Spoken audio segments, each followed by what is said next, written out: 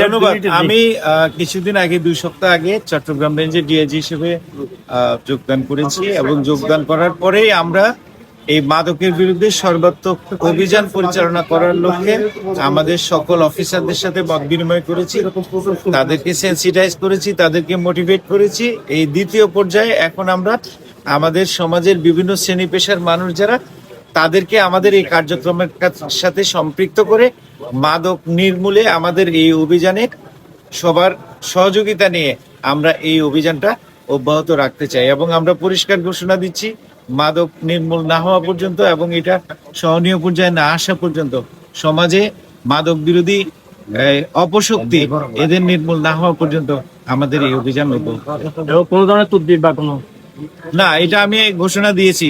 এই মাদক এর আসামি ধরার পরে কোনো তদবির শোনা হবে না।